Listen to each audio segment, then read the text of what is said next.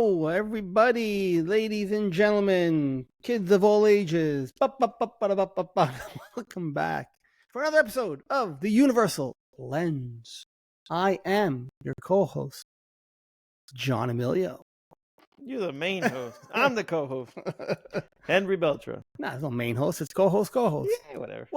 Regis wasn't the host, and Kathy Lee was the co-host. It was Regis. Regis was the host. Don't be funny. That was a bad one. All right. If that old man was here, he'd freaking tell you, I host that show. He was great. He was freaking hysterical. Him, Johnny Carson, all those greats. I mean, those guys. That was, yeah. I mean, not that Letterman wasn't good, but ho, mofo. Yeah, hose. You know what I'm saying? So, hope everybody had a nice week. I hope everybody enjoyed themselves, whatever you were doing. Hopefully you were present and aware and all that beautiful stuff in between. Yeah. And hopefully you're back again. Yeah, and I hope you enjoyed our last episode. We had fun. We have fun making it all the time. But it was difference between wisdom and knowledge. Knowledge. Everybody knows shit. Yeah, man. It was. But not everybody's wise on shit. It was good. Yeah, it was a good one. I thought it was a very good one. And now we're back, and it's tough. It's tough going through life being aware when what do you mean? You know, people around you are not, right? Okay. And you have to where'd this come from? Fuck did you? A thought came into my mind. Yeah. A thought came into my mind. Okay. Yeah, so I won't go down that road. Yeah, no. I won't go down that road. Okay. We've spoken about this. Yes, it could be taxing sometimes. Yeah. But it's only taxing if you allow it to be taxing, because you're identified with the thought in your mind or the egoic thought that's saying this person should be awakened like me. Well, yeah. Well, you know what? That's what we were talking about before, and how 9/11 had changed my life because it was a thought that, you know. Yeah, we were talking about before the show started. We talked about a lot of stuff, but then at the very end, Henry had told me, he's like, hey, you ever have a... He actually said, no, I know you've had this. Right. Because you ever have a thought that just kind of scared the shit out of you? I'm like, yes, they're called intrusive thoughts. I spent many years of my life with intrusive thoughts. And we gave some examples, like, typical... I mean, at least, I don't say typical, but one somebody with obsessive-compulsive disorder might experience would be they're driving along the side of the road to see a person, and the thought comes into their head, what if you hit that person? Yes. Fuck them. No. Like, what if you hit that person and they get frantic about it then? Oh my God, what does that thought mean? Yeah. They go down a whole nother road with it. And you were saying it kind of just, wow, like, where'd that thought come from? And I said, well, they're intrusive thoughts. These thoughts that just pop in. Really, sometimes no rhyme or reason. They usually attack things that you kind of, or not say attack, but they're built around things that you value or care about. So, like, if you're a really kind person, like, you won't want to run somebody over, right? That's just not it's you have empathy for people, and like that might be a thought you have. Or you're driving on a bridge and you get a thought, what if I drove off the bridge? Or what if the bridge collapses on me? And what if this? Most people, they go in one ear, they go out the other. Maybe they live a little wake of turbulence for a couple of seconds, like a little, they get the heebie-jeebies for a second, like, ooh, that was a little off-putting, but they go back with their day. People who experience obsessive-compulsive disorder, unfortunately, that is the rest of our day. That will become then a pattern of, why did I have that thought? What does that thought mean? Would I actually do this? Let me make a list, or let me come up with 1,000 reasons why I won't. Let me prove why this can never happen. And you're on a hamster wheel where you are just consumed, full anxiety, 10-alarm fire, the whole 9 yards. So that's where intrusive thoughts for people who experience OCD before they get, or they learn the proper tools, or they understand exactly what it is, can be extremely taxing. But is that the case for everybody? In other words, you said most people experience them, right? Intrusive thoughts. This is true. Yeah, yeah. I would say 90%, if not more, and it's actually, look, a lot of doctors have specific numbers on it, but I would say at least 90% of people in the population experience intrusive thoughts at some point, whether they're daily, weekly, whatever they are. But most of those people don't attach to them. They don't give credence to it, right? They don't follow that thought. They kind of get it, and like I said before, they're like, oh, saw that person, that was weird, okay. But within 10 seconds, they're back to listening to music and driving. But the person with that anxious amygdala, with that misfire, that thought doesn't just fly by. It gets trapped in a net. And now, before we release it, we need to give it a reason to why we have it, why it was there, why, the cricket letter question, why, which a why question just gives you another why question. It's a rabbit hole. So you're stuck. People who experience OCD get stuck in a loop of trying to answer the next question. It's a doubting disease, right? OCD is called the doubter's disease because all you do is doubt the thought, and then you doubt the next thought, and then you doubt the answer you gave, and it doesn't end. It keeps going in a circle and a circle and a circle. So when you have it, if you don't experience OCD, you might feel unsettled about it. You might be like, wow, that was odd, but you don't go down a rabbit hole with it. No, but man, because you're talking like this, and this is crazy. Yes, this is crazy. But but there are certain thoughts that I can let go. Let me give you some firm examples, right? So I gave you that example. Only firm examples. Yes. I won't take a Mushad example. If I give you one of those. Okay. So I gave you that one. I'm on the Washington Bridge. I'm on the lower level.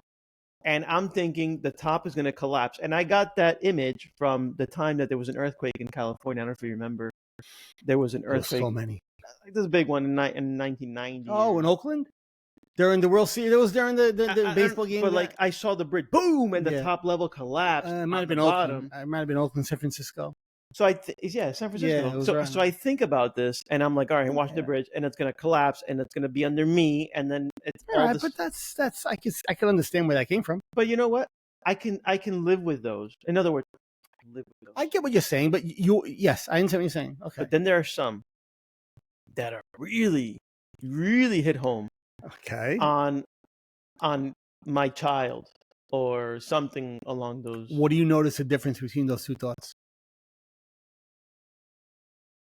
There's a very big difference between those two thoughts. One is you're driving on a bridge and the bridge is going to collapse.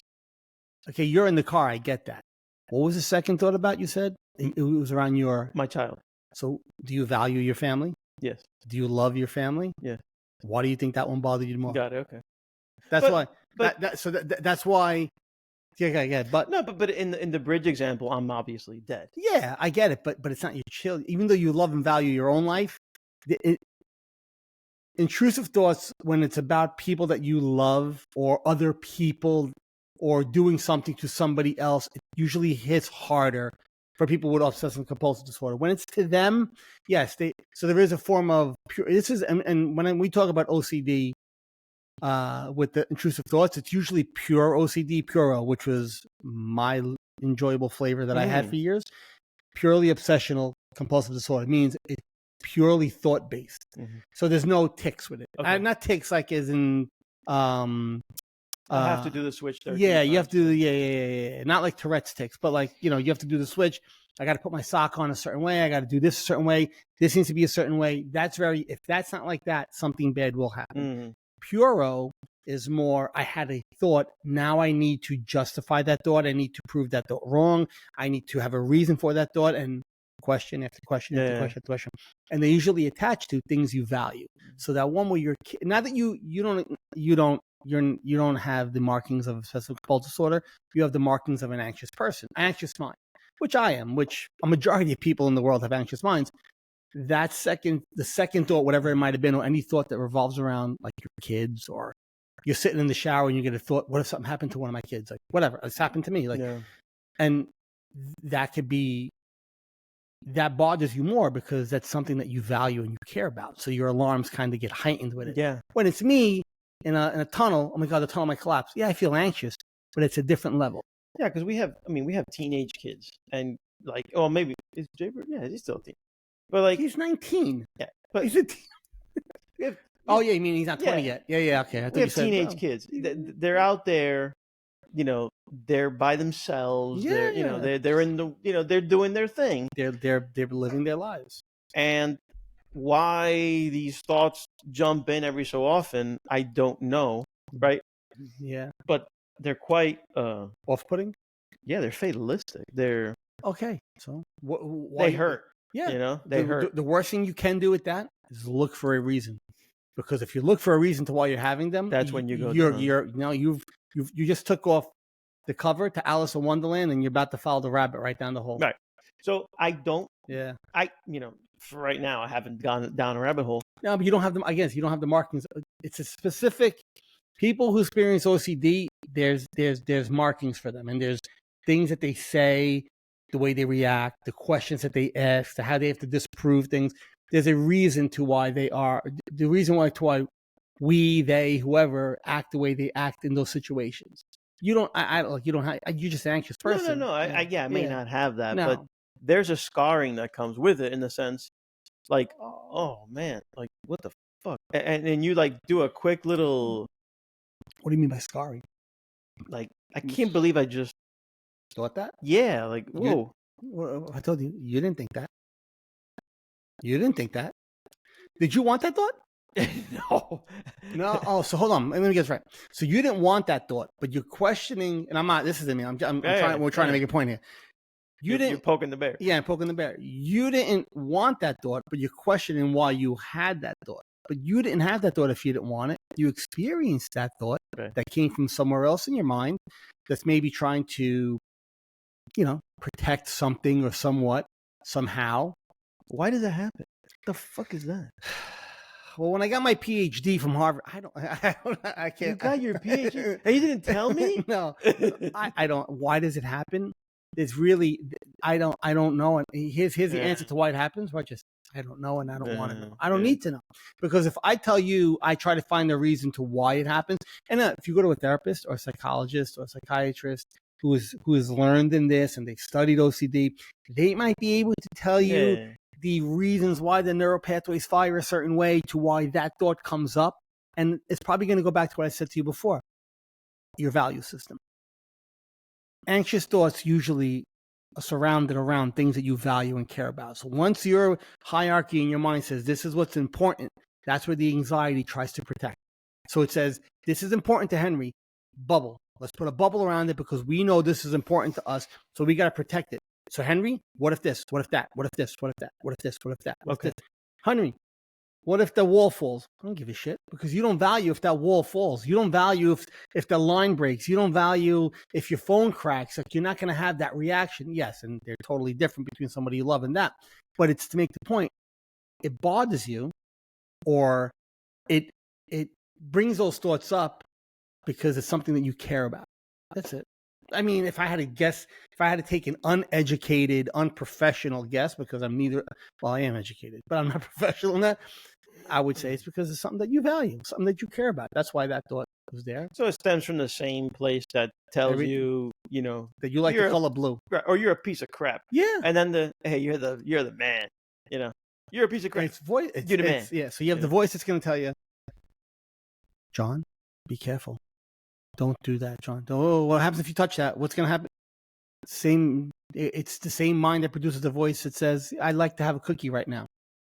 Or the same voice that says, I want a sip of my water. Or the same voice that says, I want to go for a walk. It's the same mind, that produces all these different voices. Now, it's your choice which one you want to listen to. And that's where awareness comes into all this with especially with anxiety and mental health issues like that, anxiety, obsessive-compulsive disorder, Puro.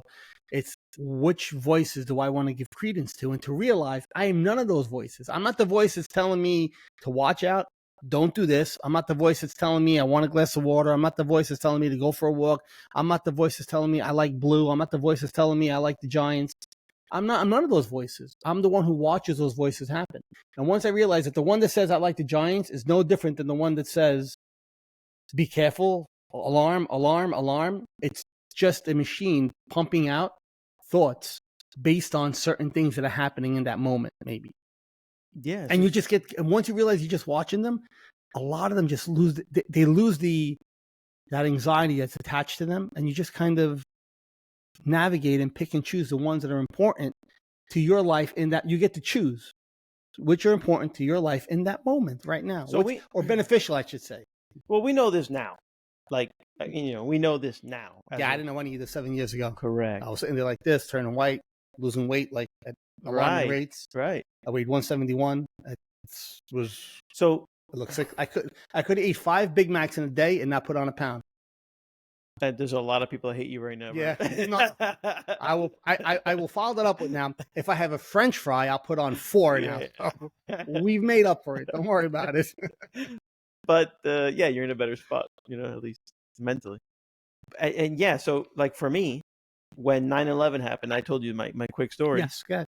Tell the audience, they don't know. Yeah, so when 9/11 happened, I was with my then girlfriend, Erica. So we were dating for about 5 years. Yes. We had plans already that You were going to end up together. sure. Probably. I mean, 5 years together, you kind of even though we were young, right? Yeah, but you guys loved each other. You cared for each other. Right. So we were 22, I think. Yeah. Long story short, I said in my mind, as much as these these women all see themselves in the princess wedding and all that stuff, and like we'll have time for all that. We'll get there. Yeah, you weren't in a urgent rush to do it now. We'll have time. Yeah. So in my mind, I'm like, 28-ish. Let me get this career thing going. Let me get some money in the bank. Let me get some established. You know what? Maybe buy a house. Then by that time we'll have kids. When they're 30, but I figure we'll have. So your mind had created a story. Oh yeah, I had a whole plan. Your mind had created a story. For you. Yeah, nice. 9/11 happened. Story changed. What? And I was working in Newark, right? Newark Airport.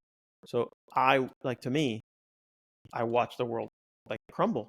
And I was on my way to Jersey City watching the towers flame and the helicopters and everything. And I saw the yellow the yellow orange fire coming out of I was like watching it. Oh my God. And then I'm looking at, I never experienced this like ever in my life where people are on the rooftops on one another. It was a very surreal, unfortunate, and it was one traumatic event. Yeah. Crazy ambulance and fire truck after another. Like, from the Amboys, Jersey City, a lot to process. Bayonne. Whoa. Yeah, a lot to process. Right? I was with a contractor. We were going to go to a store and buy something real quick, go back. We're fixing something in the warehouse. It's like, my mind freaked out. Yeah. As I told you, Chinese spy balloon, right? Yeah, that was which is a drop in the bucket. 15, 20 episodes ago. Drop in the bucket, and well, compared to this, yeah.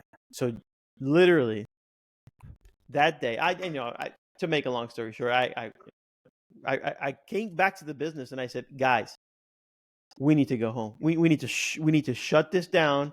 We need to go to our families. I don't know what the fuck is happening right now. Yeah, I think that was a reaction that day that many people had. So. Long story short, that was 9/11. By 9/20, not the time, the date. Yeah, the day, 9/20. I had bought the ring. By October 10, I was proposing. So you had a story in your mind how things were going to go. You believed it. Yeah. And something happened, and that story completely changed and got fast forwarded. Yeah. Wow. And the reason that the whole, let's say, the root of that decision was, what if that plane comes down on me? What if I'm inside that airplane? What if, like, literally, I would have just died? Yeah, that was the thinking. Well, and look, that thought process. So that's not hard to trace that one back to why that thought process came up, to why you wanted to move things along, because of what had just happened. So you had that feeling of, what do they say? Like we think we have all the time in the world, but sometimes you don't know. So it kind of sped you up a little bit. All right. I mean, yeah, I think the difference is taking that decision in an aware state or in a mindful state. You might have maybe pumped the brakes a little bit more. Right, yeah. Right. And just so you don't get yourself in trouble, not that his decision to marry Erica when he did was absolutely. What are you doing? I gotta pay you. His decision was like, absolutely he wanted to, he loved it to death, but you're not getting extras. But we agreed upon. That's it. But in a conscious state of mind, I know what you're saying. You would have probably maybe you guys would have taken a breath for a couple of months or whatever. But it hastened your decision because your anxiety to be like, what if I don't get the chance to do it? And listen, whatever, right? You did something you wanted to do anyway. It was somebody you loved, and that was great and dandy. But let's say it was something different. Let's say it wasn't marrying your wife. Right. Maybe, let's say it was something else that you would have done with more haste to it because now you had this fear and this concern, and it could have been something that maybe that it was time sensitive and needed more time, but you would have rushed into it, and it could have unfortunately, gone the wrong way. Yeah. So in your case, that decision was just, I love this person, I want to be with them. Okay, I mean, it's like, all right, I get it. As long as you guys are in a place where you could do it, you do it, and that's it. So the plans change a little bit. Plans change all the time, right? That's plans aren't set in stone. We all know that. But if somebody didn't had a more pressing issue, a work-related issue, a career issue, maybe they were going to move somewhere and they decide not to do it now because of what happened. So without that awareness, and this isn't about the trauma of 9/11, so we're not even going there. Right. And we all experienced that day, and everybody had their thoughts and their memories about it. So we're not discounting any of that. We're just talking how an event could change your way of thinking, and if you're not aware and you have no awareness, the unconscious mind will kind of come in and lead you and make decisions for you without you even realizing. Get out of fear, out of anxiety, and stuff like that. That's the point we're trying to make. Yeah, because again, it's going to apply to everything because you're in the tunnel and you're thinking this would be a good place to blow a bomb. If the tunnel explodes, because the movie with Sylvester Stallone. I mean, wasn't it? Yeah. I don't know, but it crosses my mind every single freaking time. But those, I think those are normal.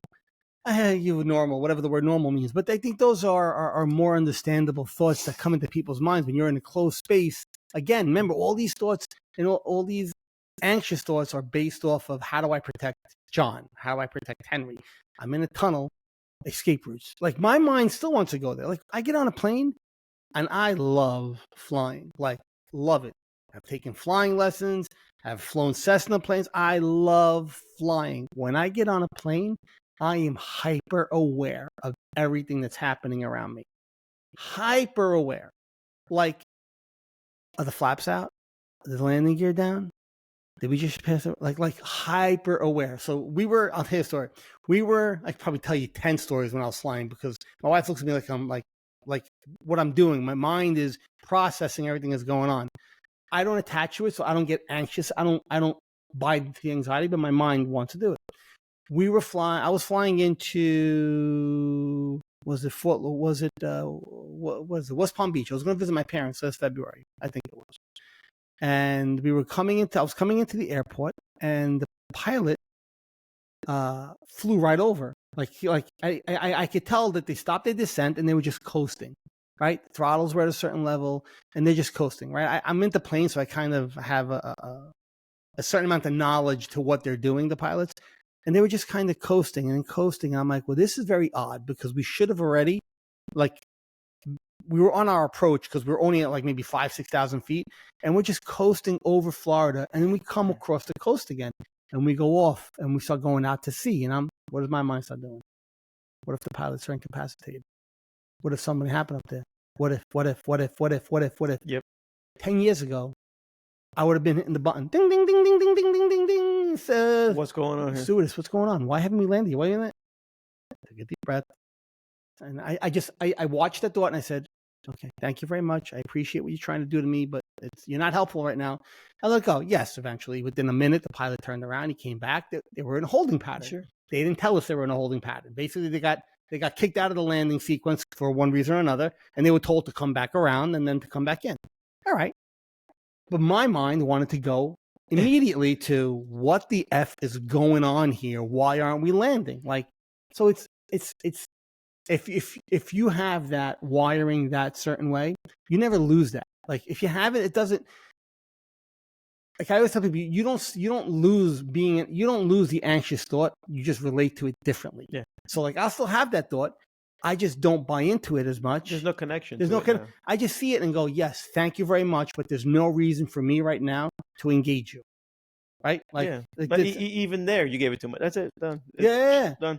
Done. And that's it. Well, Yeah, I mean it's not easy. It's not very easy to do that when it's a striking anxious thought. It's not easy to just say screw you, done, and forget about it. But it's very easy to say thank you very much. I know you wanted to do, and I'm going to focus on what I want to focus on right now. That's where you're able to. That's where you could click back, as Maisie Right. says. Well, there. I mean, first of all, God bless us for having this knowledge, this wisdom, to be able to select our thought, choose your thought. Let's say, It's and everybody has it. It's just a matter of implementing it. but Right? most of us don't know are not aware of it. No, we believe that the thought is who we are. Sure. Right. And so, what I was saying before, where like what you mentioned, well, that thought that really struck you, what were you thinking about? Somebody you love, right? Somebody you really care about. Absolutely. So that's when that shit does its best work. It pokes a nerve, right? Like grabs it and just here you go. You feel that? Yeah, sure. That's but again, because we know it's for the same reason that you didn't go bananas on the button in the airplane, right? Is the same reason I'm not going to sit there at home going, Alberto's in a car crash. No. It's amazing how the anxious mind. When you said it to me before, I said I know exactly what you're talking about. Right. No, it's no. They're kids. They're out. And whatever you're. It's almost like it feels. Where's his weak spot? But yeah. See, so you're looking at it that way. You're making it. You make it your enemy, and that you kind of get stuck into a battle. Well, we talked about this in the early episodes. You get into a battle with it. Now you're into a fight with. Wait, why is it weak, strong? No, it's not. It's trying to protect you. Yeah. It's the thank you. Yeah. I appreciate it, but you're not beneficial right now. You're a thought that popped into my head. You're not based on any. There's thank you. So that's it. This superpower to be able to choose, basically not latch on to those things. Okay, is what we're trying to impart, because like you said, everybody's got to have these thoughts. Intrusive. Right? Everybody has. Look, I hate to say everybody because that would include. Yes, I said before, 90%, 95% of people have intrusive thoughts. At some point or another, you're going to have these. Most people don't admit it because why would I want to tell you that I had that thought, that I wanted to, I might run that might do that. I might run that person over. I'm not fucking telling you. Especially guys, they're not going to. Yeah, you get a lot of that. Or they just don't pay attention to them. That's they just don't pay attention to them because they push them away. And people could do that. That's great. Fine. Okay. Yeah, I guess. Yeah. if you're built like that. But most of us aren't really built like that. No, experience them. Yeah, absolutely we do. But most unconscious people are gonna latch onto a little bit of it. Enough to bother yes. them. No. Yeah. So because you might not have OCD, you might not be an anxious person, right? You might not be either of those. But you won't like that thought if you had. Right. It'll still kind of, well, I didn't like that. I just had that thought. It's not very. Right. It still stings a little bit, Well, sure, it's going to sting because if it's attacking something that you value and you care about, sure, it's going to sting. So want me to throw you for a loop? Throw me for a loop. Okay.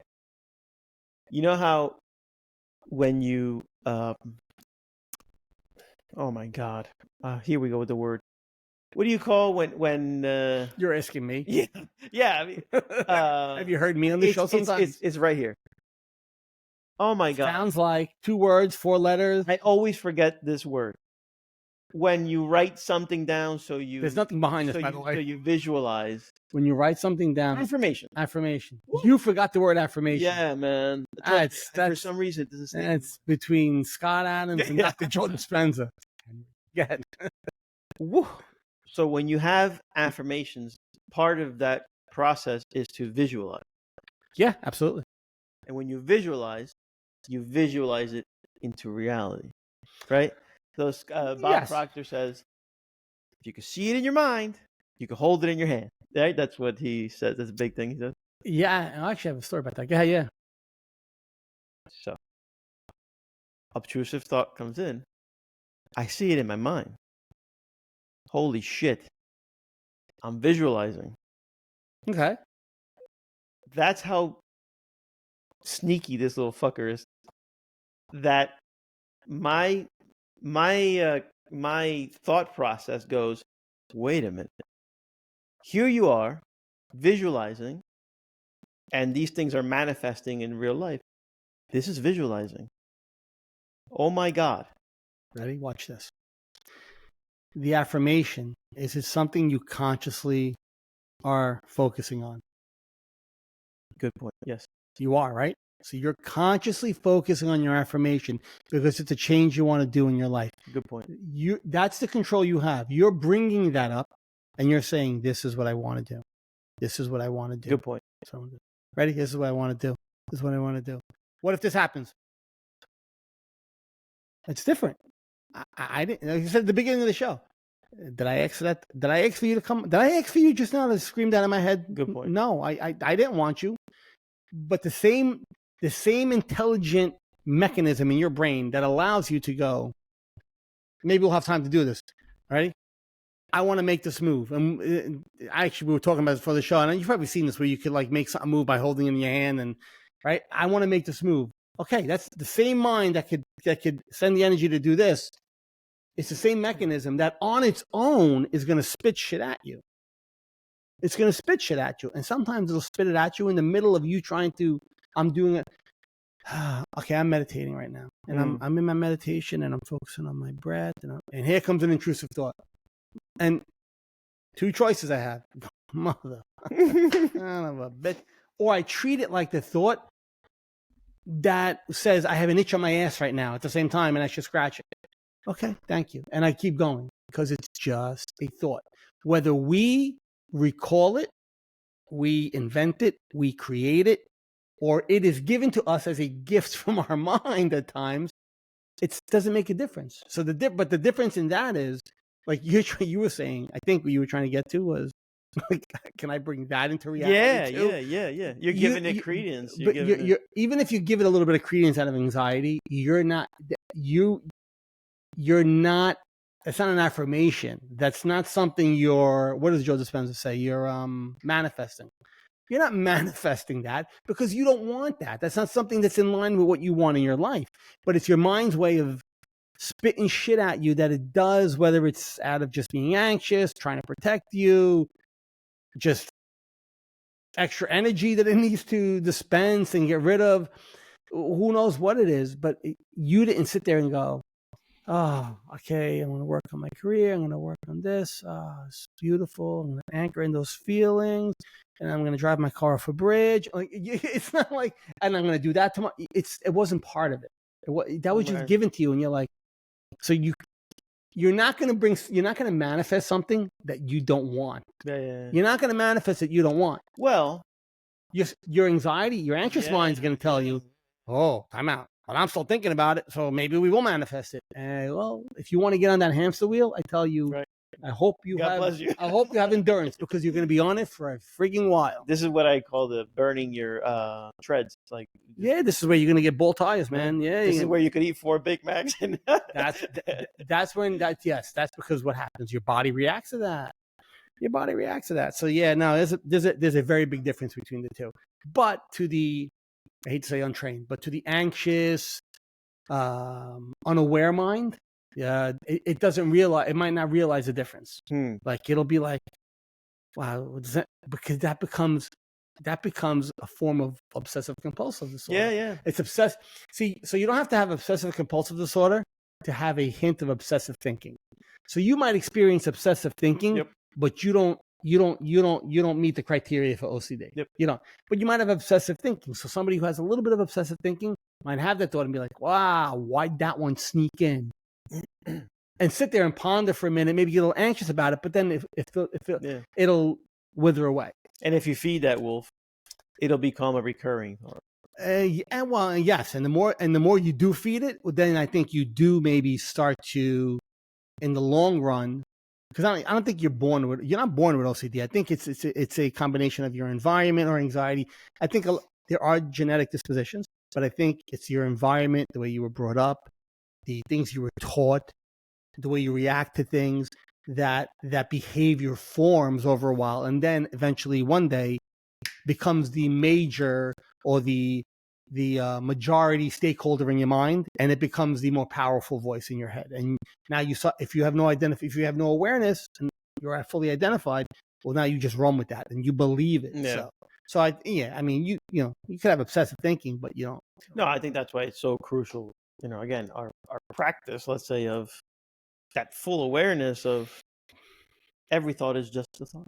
Keeps you off the hamster wheel. Yeah, it keeps you off the hamster wheel. Yeah. I mean, so life happens, right? But you're certainly better equipped, Oh, absolutely, 100% better equipped. Yeah. So with the intrusive thoughts, man. I mean, everybody. I don't know if we've ever even done an episode on them. Probably haven't, and probably should have early on because I think we've touched on it. Yeah. We've touched on it because that was what our show was. Well, when we started the show, it was based on a little bit of OCD and anxiety, and then from there we just kind of go, and then I brought spirituality into it, and we kept doing stuff like that. But with the intrusive thoughts, I mean, they are something everybody experiences. They are part of daily life for a lot of people. But if you have certain dispositions, they can be very consuming in your life if you give them the credence that you do. But everybody has them. I mean, everybody has them. The key is once you have awareness, you don't pay attention to them when they come up. You forget. See, I forget I have most of mine nowadays, not because I don't have them anymore, right? And one of the key markers is somebody who thinks they have transcended OCD, or somebody who actually has. It goes, "Do you have any intrusive thoughts anymore?" No. Okay. You're holding a balloon underwater. Yeah, and somebody goes, "Do you still have any thoughts?" I'm sure I do. And yes, I probably have had some, but I really don't pay attention to most of them anymore. That's the key difference. That's where somebody goes, well, I'm not giving the mind credence, and I'm on a different level of consciousness now. I'm on a different level of awareness to the person who says, yeah, no, I don't have those thoughts anymore. I haven't had an obsessive thought in 7 months, doc. And that's where a therapist will kind of look at you and go, okay. And knowing that could be a red flag, because what happens when you do? Are you going to be prepared when that thought comes back or your hand slips and the balloon pops up? Are you going to understand what's going on, or are you going to what they would call relapse again? Or I present to you a third option, Watson. What's behind door number 2? What if in your desire to be cured? Ooh, my desire. In your desire to be cured, you're faking it in front of your therapist because you have a desire to be cured. But the whole time you're fucking suffering. Well, I mean, then you're an asshole. Oh no, you're not. No, then you're unfortunately, and you're running into a brick wall quickly. You're just spinning your wheels. You're at that point you're confusing movement with progress. Yes, so good, that was Denzel Washington. That wasn't me. You're confusing. Whoa! What do you mean, whoa? I couldn't whoa. think of that. You're confusing movement. I give people Confucius. credit. I give people credit when I hear something that that was good. Denzel, I heard him say in a clip once. He goes, confusing. A lot of people probably, I don't know if I'm sure he didn't say that, but you're confusing movement with progress. Yeah. Like that person thinks that, yes, doc, movement. Are you actually making progress? That's why I even say in the book, there's a willingness to want to do it the right way, which is harder, and I hate to use the word harder, but it's more taxing. It's a little bit more work. It's going to take a little bit more dedication. It takes a little bit more, patience, and just really a willingness to be uncomfortable, right? Eckhart Tolle says nobody has ever awakened in their comfort zone, because you don't awaken in your comfort zone. Yeah. You only awaken when you're uncomfortable. When you're choked. Coach Sean McCorkle used to tell our kids, the goal is to become comfortable being uncomfortable, because in that uncomfortable zone is where you make progress. If you're comfortable, you're probably not making progress. Yeah. Right? And that was a baseball coach. And that applies to everything. So when I heard him first say that, I was already kind of on my path, and I was like, that's awesome. I'm like, because that's exactly what it is. Right? If you're uncomfortable, you're making progress. So he would always say, Eckhart Tolle would say it. You all say it. A lot of spiritual teachers say it. You don't awaken in your comfort zone. If you feel like everything's great, all right, just means that everything's great right now. But that doesn't mean you're awakened. Awakened means when everything isn't great, you don't lose that peace and serenity. You don't lose that connection with something greater than yourself. It doesn't disappear. It gets noisier around you, but you don't. It doesn't. You're still able to rise above again. So for me, I consider it, and I know we're diverting, but are we really? I think we're still kind of intrusive thoughts. Yeah, I think well, because I'm about to all in the same pizza pie. Yeah, so like, I get tested throughout the day. Let's say I'm working on something with work. Okay. And I want to accomplish. I'm gonna be vague, but I'm gonna give you an example. I want to accomplish a goal, right? Okay. But I'm talking to somebody on the other end of the phone who's a very negative person. But we both want to accomplish the goal. But I'm so aware, and he's not. So I'm thinking, where am I thinking? I'm thinking the goal. He's negative. What is he thinking about? Of all the bad shit that we did up until now that didn't get the goals. I got that. Of course, we know this. Understood. But, and harping. So the funny part is that I am so aware. I see what you're doing. Not you, but I see what he's doing. And I almost want to like help him, but you can't because they're stuck in their negativity. They're stuck in their. I think you just parlayed into what you were talking about at the beginning of the show. Yeah, probably. But they're like stuck in that. Where do you go with this? In that. Yeah. And I'm like, okay. Now, this is real life. This is real life happenings. That person got upset with me because I wasn't participating in that. Yeah, and that's common. But I'm like, but we both want to arrive here. Yeah, but that's common. But they don't. If that awareness and if that awareness and understanding isn't there. So I thought about you. Aww. I thought about you, and I thought about what would a mirror look like here, right? Love it. So I applied a little mirror in the way that I thought I can do it. So I said, no. I said for sure, because I use a little bit of persuasion. So you agree, first you pace, then you lead, right? If I can't just lead, I need to pace you. So I said, oh, I totally understand what you mean because of all the steps before. Oh, yeah, I get it. You give them you what's the word I'm looking for? You whatever. God. But you pace them. You're not going to lead them. You're going to pace them. So I see everything that happened here. Yes. Oh, for sure. Oh, let me tell you. And that person you're talking about, you make them feel heard and seen. 100%. Yep. I get why you would. But we're trying, and then I go back. But we're trying to achieve this. Okay. And if we don't do, let's say, or address this, because he was hung up on this, and I'm like, how is that beneficial for us, right? If we get hung up on this. Anyway, so I was a mirror, and he snapped at me, and then looked at himself in the mirror after he snapped at me. Recoiled everything, and he said, okay. Like, bro, this just, I took him all the way. He snapped at me and then recoiled. And then all in the same breath. Within seconds. All in the same breath. Yeah. And then said, okay. And then he addressed all the points I was trying to make. I'm like, holy shit. Like, what just happened here? And this is a person very set in his ways. Very set in his ways. Okay. And very nice. We at that moment, very nice. We addressed things productively. Sure. Because I know the steps beforehand. We all know. This is work now, so I get it. But we're trying to accomplish this, and so anyway. Long story short, how this awareness and mindfulness. And by the way, I never lost my temper or my cool because that's great. Yeah. My old-fashioned self, I would have barked back. What the fuck is going on? Yeah. Never did that. The old way would have been. It's a lot. You expend a lot less energy doing it this way. Your energy are in reserves. You're not depleting yourself. You're not aggravating yourself, and you're going to get a better result. Well, I think if I was remaining unconscious, so it's two unconscious people just wasting energy for no reason.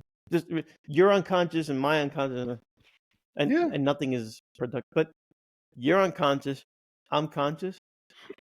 Okay, mirror, Yeah, mirror, and you hope that the and person hopefully you see it. they see it, and you diffuse them by doing that. Yeah, that's nice. Very good. Perfect. No, it was good. It was a nice little. Yeah, that's what the beauty of mindfulness and awareness and all this is. Yeah, and by the way, it does not everything works out that way, right? Sometimes you just have to agree to disagree, or Yeah, sure, absolutely.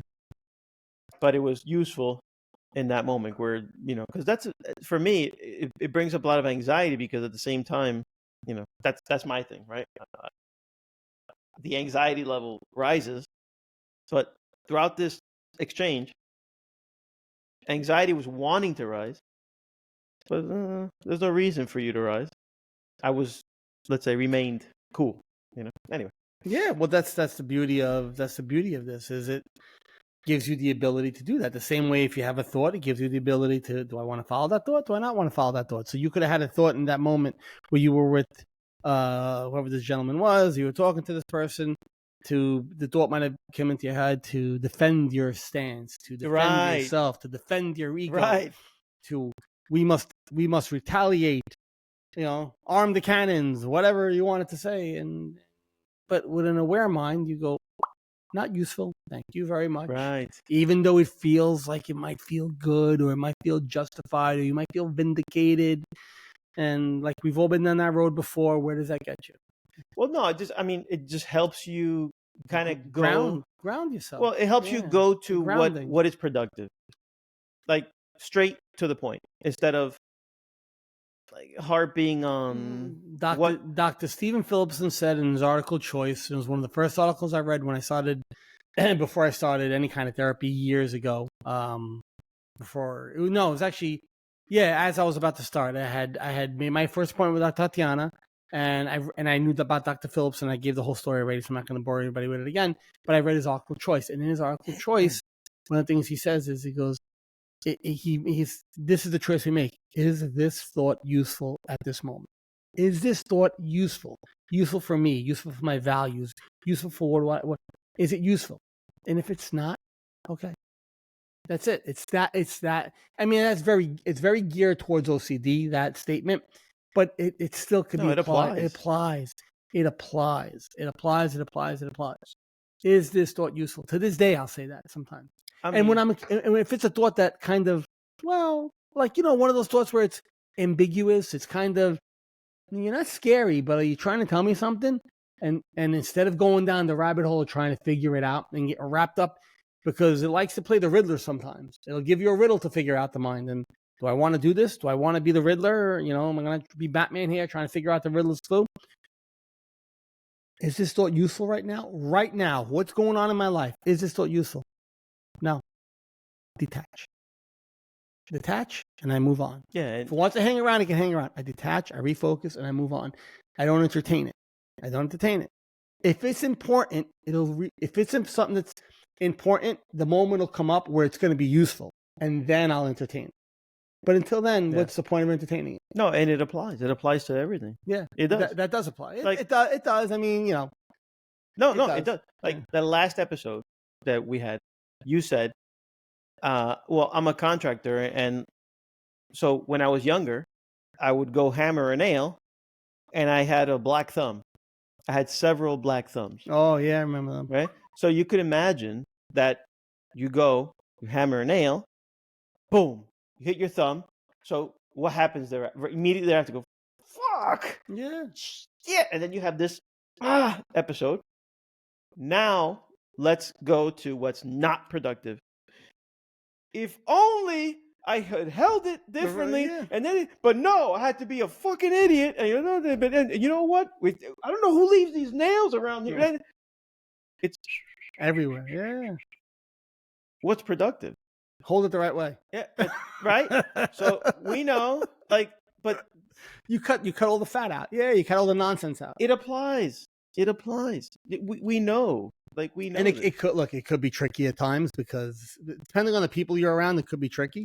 Yeah. It could be tricky. It definitely can be. But when you're dealing with just yourself, like we were saying in the beginning of the show, like with intrusive thoughts and thoughts in general, I mean, when it's just you, it's if you just ask yourself, is this thought useful right now, or realize it's like you were saying, if I'm in the middle of an affirmation, or if I'm meditating and the intrusive thought comes up, am I going to try to will that back in? That's the same. That's the anxious mind just changing its costume, coming in a different way, So the skin suit. yeah. So like when you're doing your affirmations and stuff, if an intrusive thought pops in, you're not bringing that thought up, and your mind might tell you, well, did we bring it up? Did we bring it up? Once you start seeing that you're questioning if you did, you realize what it's doing. No, the funny part is it's doing this. the bait didn't work. Put another one on. The funny part is that the fact that we can talk about the mechanism means we are not the mechanism. That is a astounding statement, right? Yes, yeah. The fact that we can talk about the mechanism, the fact that we can talk about it, that as if it's a separate entity, is what confirms that you're not. It's incredible.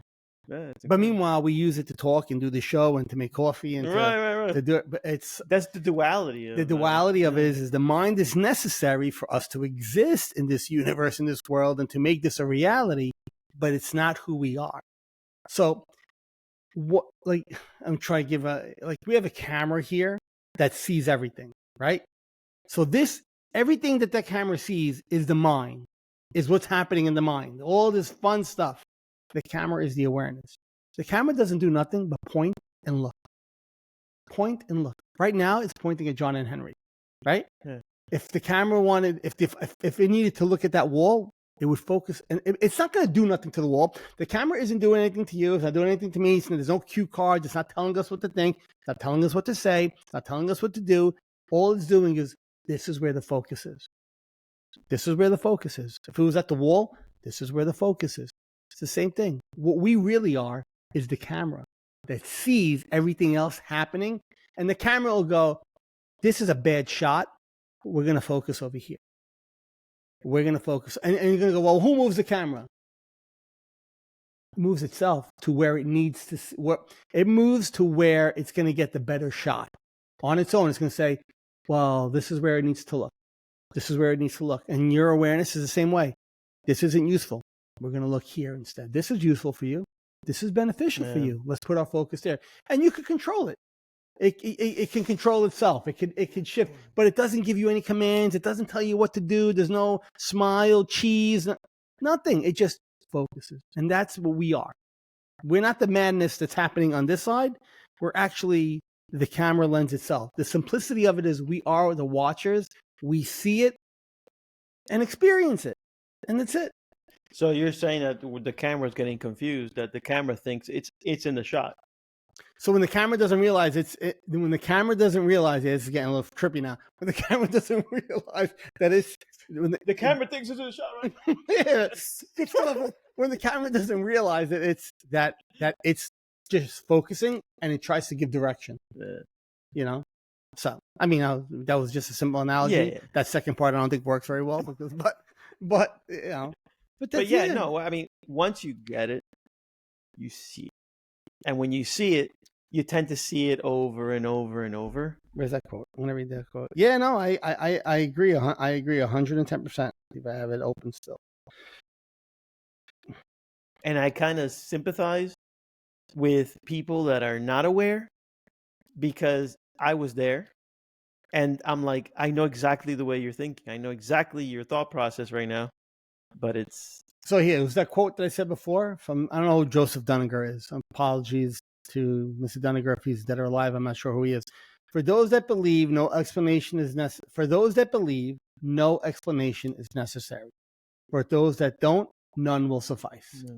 So when you were just saying, if you get it, you get it. Yeah. If once you understand that you're not it, you don't lose that. So whether it's an intrusive thought or a conversation with somebody or a bout of anxiety or a bout of an emotion, like maybe you feel sad, maybe you think you're depressed because you feel sad, because when you feel sad, you identify with the sad and now you're depressed. It's just sad feelings. It's really all it is.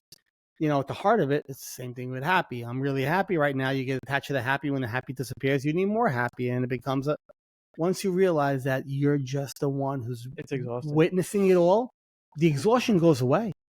It literally just goes away, the exhaustion. Like, I could be doing things during the day that are stressful. I'm not saying, meaning like I'm expending mental energy because I got to figure something out, right? And it's work. And then you're expending and you're working, you're focusing, you're working. And there could be a certain level of normal exhaustion there, but I'm not adding any identification of why this is stressful. This is so stressful for these reasons. No, it's a task that requires energy, and I'm expending this amount of energy on it. It's like Dr. Joe says, you're pressing the brake with one foot and you're pressing the accelerator with the other. What the fuck are you doing? Like your engine's gonna. Exactly. That's great. Yeah. So I'll figure out what to name this one next. Listen, we stayed pretty true throughout the whole thing. Except I want to bring in, you had said you're going to come back to something. When I said that Bob Proctor said, if you could hold it in your mind, you could hold it in your hand. Yeah, if you could hold it in your mind. And you said, I got a story. Okay. Well, this is more Bob Proctor and Joe Dispenza. Remember how Joe Dispenza always says, they always say like, replay it in your mind, visualize it, replay it in your mind, visualize it, replay it in your mind. Visual. When I was a kid, I always liked cars, right? When I was a kid, I would take a plate and an empty bottle. I would sit at the table and I would drive a stick. Fantastic. I would drive a legitimate stick car. I would roll through gears. I would downshift on turns. Like I'm like 7, 8 years old, right? I did this and it's lame, right? Yeah, if my kids are watching, they're going, Dad, you're so freaking lame. 8 years old, you make him believe you're playing with a plate. It was 1980 something. We didn't have Nintendo. Right, dude. I mean, my plate was my toy. Anyway, I would do this all the time. I'm like 19 years old. I'm 20 years old, 2021.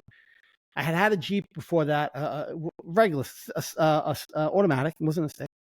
I told my father, I'm getting rid of the Jeep and trading it in. He goes, all right, what are you getting? I go, I'm getting a Volkswagen Jetta. He goes, oh, all right. I go, I'm getting a stick. He goes, you've never driven stick in your life. I go, I know. But I've been practicing for 20 years driving stick. Even when I was in a car that wasn't a stick, I would make believe. I would come off the gas and hit the gas. Come off, like I would, without being able to actually do it with my hands. I did it every chance I got. The dealership, I lived in Brooklyn at the time. The dealership was out here in Freehold. It was David Michaels on Route 9. Now it's Ray Quintana. Now it's the Ray Quintana Mercedes. Okay, right? That's where I got my first one. I had to drive that car home. My father dropped me off. I had to pull it out and drive it all the way home to Brooklyn. Again, never in my life had any real experience pressing a clutch, shifting a gear. I made it home almost flawlessly. Wow. Almost flawlessly. Because whatever I did all those years, and again, there was a base knowledge. I knew how it worked, right? Because I liked cars. So it's not like you have to have that knowledge to understand it. But practicing in my make-believe world, I actually taught myself how to drive a stick. I didn't burn the clutch. I didn't grind the gear. You know how many people, the first time they get into a car, if they drive a stick they never have, all you hear is because they don't know they're coming off the clutch, they're coming on the clutch, they're not hitting the clutch, they're trying to, all that stuff. Almost drove it flawlessly home. I think I got stuck on, I stalled one time. It was on a ramp at Fort Hamilton Parkway trying to get off the highway. We were stuck in traffic, right? So it was like, and what happened was I popped the clutch by accident. The car stalled. I forgot to hit the clutch to start the engine again for like 10 seconds. So I kind of went into panic mode. I was like, why isn't the car starting? I was like, wait a second. The clutch started the car and off I went. That was the only issue I had the whole way home. When I got home, my father was like, he goes, I don't understand. He goes, you never drove. I go, at that point, I didn't understand. I didn't make the connection. But after we started talking about Joe Dispenza, I was in the shower one day. I'm like, holy shit. Because I was talking to my son. I want to teach him how to drive stick up in PA. I was like, how I learned how to drive stick? I learned how to drive stick on a plate and a fucking empty bottle. Like, that's how I learned how to drive stick, on a plate and an empty bottle. My mind taught my hands and my feet how to act in a real car when I didn't have any of those things. That's the hell of a story, because anybody could do that. You know, it doesn't. Yeah, this one is it's like anybody can do it. You can do it with anything. So Dr. Joe talks about high-level athletes doing this. Yes, Tiger Woods will play a hole over and over again in his mind. So he's high level. I know he mentions names, but I can't think of any right now. But like you mentioned, Tiger Woods, I heard it. Yeah, he mentioned Tiger Woods. So I thought about that, and I would, I tell my daughter now, I tell her to visualize how she's going to perform, because her thing is gymnastics, very difficult. Sure. And literally, you could practice great, and then you do it that day of, and you're falling off the beam because it's a bitch. But it's funny how your mind and body connection sharpens, because you're just playing. As a kid, you're just playing, but there's a sharpening that's happening. Oh no, yeah, there was a definitely there's a mind body, because even if I put you behind the wheel of a stick, because I've done it, so like I know how to drive stick, but I learned the hard way, meaning there was no plate and bottle. It was okay. What you want to do is you want to. You're doing it real time. You're learning real time. Yeah. You had all this time to engage this, that. So you did everything without hurting a car. I was about to say that when I'm blowing a clutch, I never burnt the clutch out. And then when you get behind it, you just need a few minutes to get your bearings. Yeah, it was a matter of fine tuning than learning. I wasn't learning at that point. I was fine tuning the skill. Wow. That's great. Yeah, right. So that's when you said before, if you could see it, you could hold it. And that's, I know that we kind of shifted gears a little bit there, but no pun intended. We shifted gears. But it's very true. If you could see it, like they talk about people who want to play the piano, like if you could see it, like practice it, there's a familiarity. You're familiar. You become very familiar when you do it, when you're trying to do it in real time. Like all of a sudden there's hey, this isn't foreign to me. I kind of know how to do this because I've been doing it in my head so many times. Now, again, right, depending on what the skill is, there's a certain level of practice that's going to be required. But like anything, the mind could be used as a practice session for whatever you want. So if you want to be the best real estate agent in the world, in your mind, you go through how you're showing a house. You go through how you're talking to a client. You go through how you're setting the house up. You go through how you're setting up your social media. You're going through what you're going to say, how you're going to angle this house, how you're going to angle that. Like you go through all that. And you go through it because something you're passionate about and you're doing it. You're like, yeah, okay, all right. And this is how I'm going to do this. And this is how I'm going to do it. And when you're there in real time, all of a sudden, you're not thinking as much as just doing at that point because you've already kind of done the thinking. You've rehearsed it already. You've already rehearsed it. So yeah, that's where, I know that's, again, like we said before, it's a little bit of a left turn from what we were talking about, but yeah, no. So the learning aspect of it, and then we'll tie it up. The learning aspect is great. Like, I took it. But we said this last week too. The learning aspect is great. It's very important there's nothing wrong with obtaining more knowledge because it does. It opens up more neural pathways, makes new connections, teaches your mind, right? It teaches the mind. Learning knowledge teaches the mind to think differently, to come up with a different solution. Because normally it's going to go, this is how I figured this out. This is how I figured this out. And it applies that to pretty much everything. Well, the more you introduce to it, the more the mind, it's like, look, like artificial intelligence, it's based off of the human mind. Yep. AI is based off a thinking mind. That's how it works. It self-corrects and self-regulates. And the more you teach it, the more it learns, the better it gets. The same thing with our mind. The more we teach it, the more we learn, the better it gets at thinking through things, right? Last week we were talking about, but there's a difference between knowledge and wisdom. The wisdom is the awareness. Without the awareness, you have all the knowledge in the world. But yeah, at an older age, learn new things, experience new things. Why not? Learn how to play the keyboard. When I was a kid, I took keyboard lessons. I knew 4 songs. I can play them to today. That's it. That's all I know how to do. You love it? Learn more. Yeah, experience it. You want to learn something else? Learn something, especially if it's something that you enjoy. There's nothing wrong with it. But be careful of the attachment to it because the mind is, the mind will grab you and try to take, what it'll try to do is, I have a remote. The mind will try to do this. Hey, focus. Hey, awareness. Let me see if I could control you from here and make you think that you're actually me. So you have to realize that just don't give your mind a remote and leave the awareness where it is. And and don't just because a thought enters, you don't you don't grab it. Yeah, you don't latch onto it. You know, in the life coaching class I'm doing, I'm gonna have to do I have some practice at this now, 52 times. Well, actually 51. You did one. I'm gonna do. We have the beginning of every class. We do a meditative beginning. Really? Like, so you have to like talk everybody through a 2-minute meditation. I'm like, you're like a pro. I'm like, I've done this a couple of times. Like, you're probably the only pro. They do different things. Some people say like spiritual prayers. You could do whatever you want. I'm gonna do what we usually do here. Yeah, That's great. Yeah, that was pretty cool. I was like, all right, that's one thing I don't have to like figure out how to do. I kind of know how to do that already. So. But that you rehearsed it. Yes, but that I've really, yeah, you really did. So, all right, I think we are good. Anything else? No. Are we out? Yeah, no. I think once again, we're peddlers of mindfulness. We are peddlers of mindfulness. Yo. That's mindfulness. Oh. You guys mindfulness? We are the mindfulness pushers. Mindfulness. We are the mindfulness. We are the not the chariots. The champions of mindfulness. Yes. We're here to pump your mindfulness. Bump you up. We will pump you up. So, all right, everybody. Thanks for tuning in. Thank you for dealing with our. Neither of us have been diagnosed with ADHD, but I'm sure there's a sprinkle of it in both of us. There's no doubt about it. Thank you for dealing with our lefts and right turns that we occasionally do, but that's what makes this show beautiful. Yeah. We kind of bring everything back together and give different examples. Yeah, if you're looking for structure. Hopefully, if you're looking for structure, you're in the wrong place. Thanks,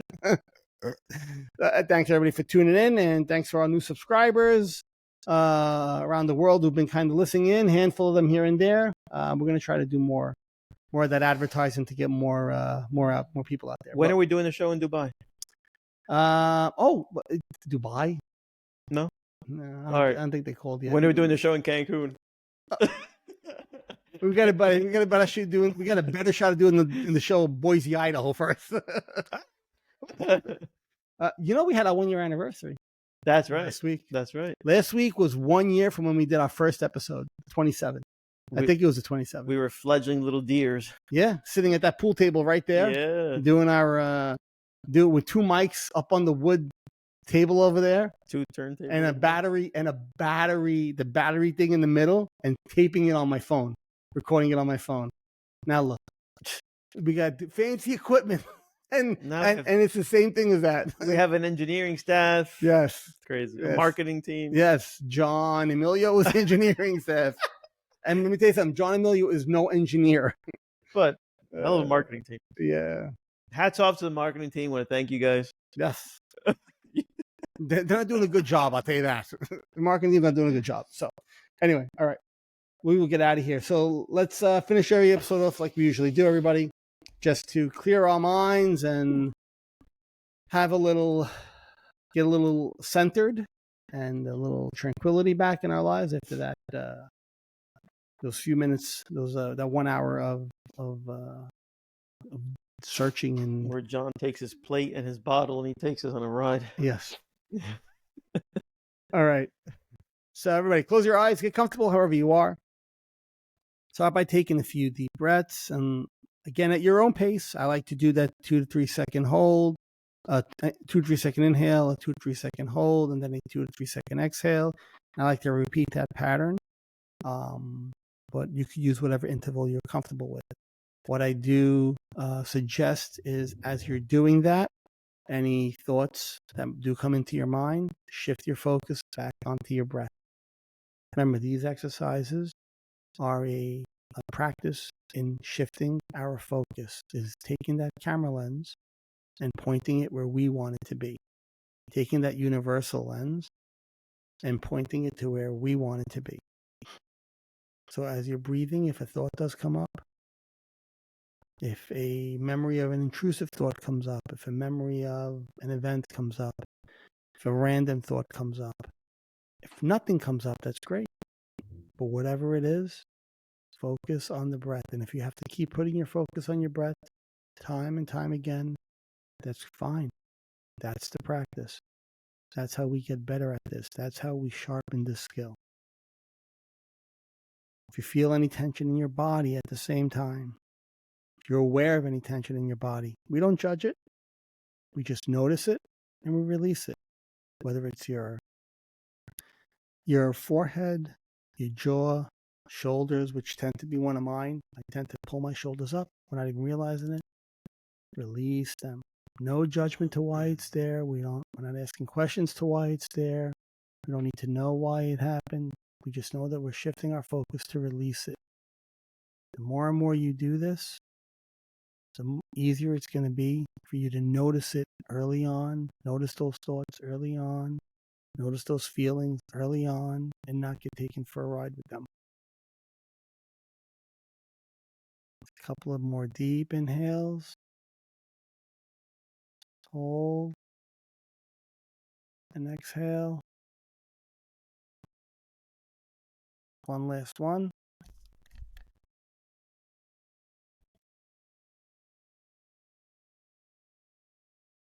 Hold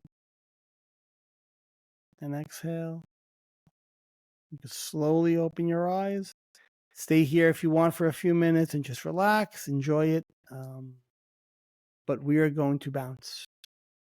Or leave. But Or whatever works. All right, guys. Thank you very much. see you guys. Peace and love. Talk to you next time. Peace and love.